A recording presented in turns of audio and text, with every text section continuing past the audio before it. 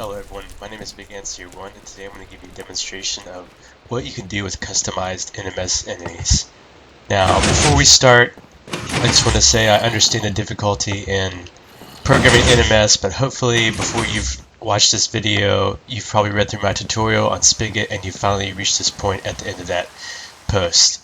Now, what I'm going to go over here is 3 different customized entities, that I have designed that do very specific things, and they're all integrated with my plugin known as Fortress, but I'm really not going to go into that plugin today. Here I'm going to try and showcase what the entities can do and give examples, and I'll be doing that through my plugin, but like I said, I won't be going into depth with that.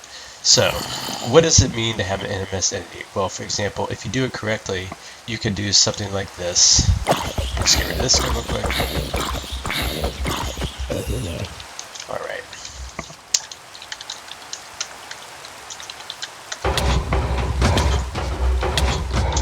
Now that guy's obviously freaking out. I'm going to give him some space to rest for just a minute. And hopefully he'll be back to normal. So, what you have just seen is a creature that behaves just like a normal golem attacking zombies. But you'll notice it automatically attacks me too.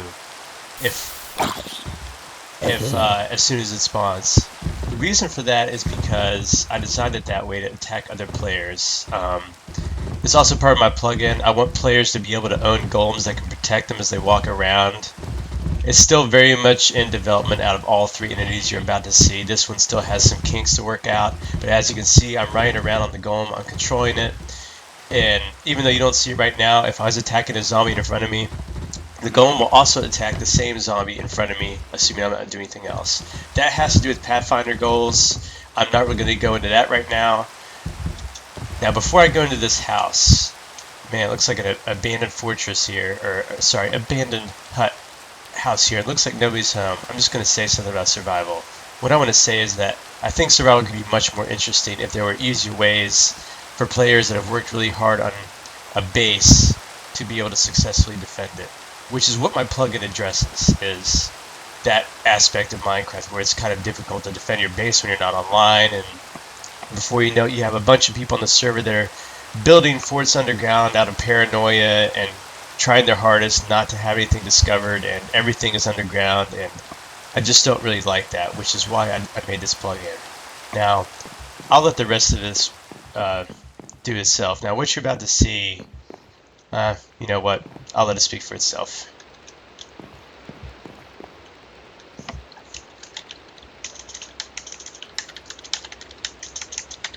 Run this command real quick.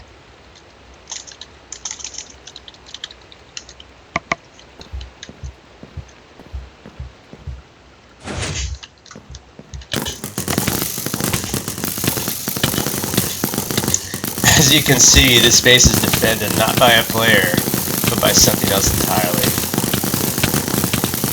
I'm getting completely wrecked here. Okay.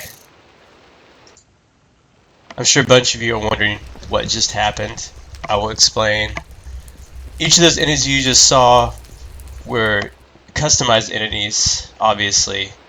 The one that shot arrows at me is what I like to call a mine. The other gray one you saw down there, as we'll go back and see this again, that was a sensor, and what it does is whenever it picks up a player, it'll send a redstone charge based on whether or not that player is allied to it or an enemy. Now, I'm going to fly over there real quick again. You may be wondering, how does it know who's an enemy and who's not? Well, when I go back here and run this command again, you'll see what's going on, and then I'll go into detail about what happened, how the entities were designed. By the way, these trees are not part of a plugin. They're part of a customized terrain control, or customized terrain editing mod known as terrain control, which is truly amazing if you learn how to use it correctly. Also, I apologize in advance for the sound. It may not be the best. I don't usually make YouTube videos. In fact, this is my first YouTube video, so please bear with me. Now, I'm going to put my armor back on here. Alright.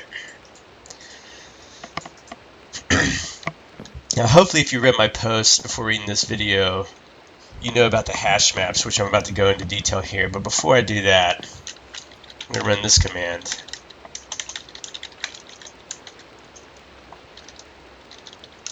Now I'm going to go back into survival mode.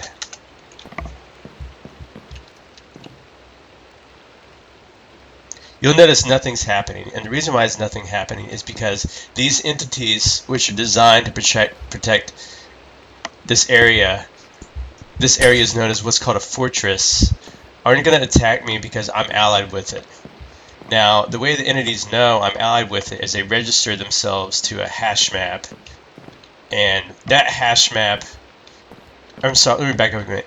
The entities register themselves to a hash map of that entity type, which then registers itself to another hash map of fortresses, which I'm not going to go into a lot of detail. Only thing you need to know is it won't bother attacking me. I can place things the moment I remove myself from this fortress running this command. Now it's going to detect me as an enemy and start lighting me up again. The moment I add myself back, I'm back in business. Remove, I'm suddenly an enemy again. It'll pick me up. Now I'm good. Now, when I log in, you'll also notice that the enemy players will not be able to see through the walls. However, if I log out, log back in, just a minute. You'll notice I can see the tags now. This is also a feature of the plugin. It's not NMS specific. Now, to go into detail about the goals themselves, you'll notice that these creatures aren't moving. They're completely stationary. Now, if I remove the piston the block that this piston is attached to, you'll see that these don't move. You'll wonder why that is. That's because the customized NMS entities, I've removed most of their Pathfinder goals, and I've replaced them with completely customized ones to do what I want. So right now these entities, what they do is their entire job is they sit there, and if they detect something, or I'm moving back up, they don't move around. They just try to target players, entities, whatever, anything they can, and then they do something. What this sensor does, if you're wondering how the heck these pistons were moving, this sensor is assigned to this lever, and when it detects me as being a hostile person, it activates this lever's redstone charge, which, as you'll see here in a minute, which then, as we come up here, activates all the pistons. If I'm a friendly entity, which I am now, it doesn't bother sending the redstone charge. Now, I can do this, for example. I could also, hold on just a minute.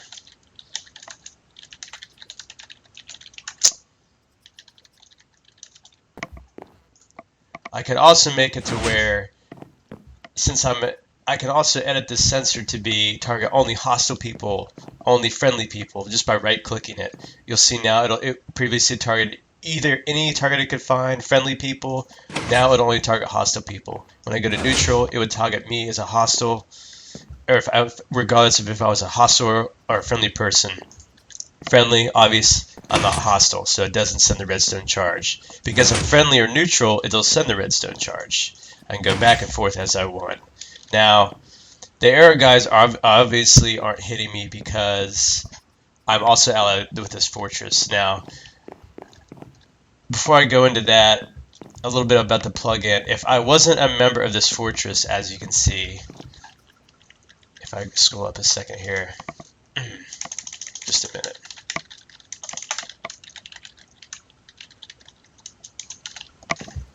Now I can't place anything, and that's because the plugin also integrates heavily with WorldGuard, and it won't allow people such as griefers or people that you're not allied to in the game to actually modify or grief your fortress. They have to play by the rules.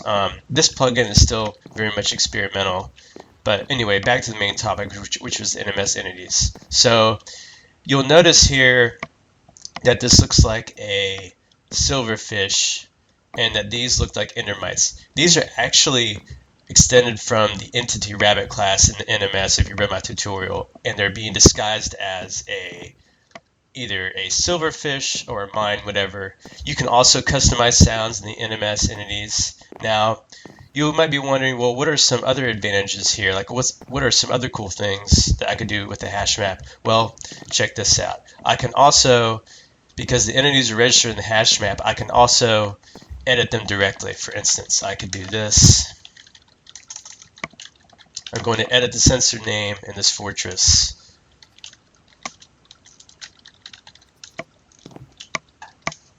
But I'll come back to that later. Just take it for granted, so I can actually edit these sensor names and do whatever I want to them. I can also, for instance, edit a sensor's mode.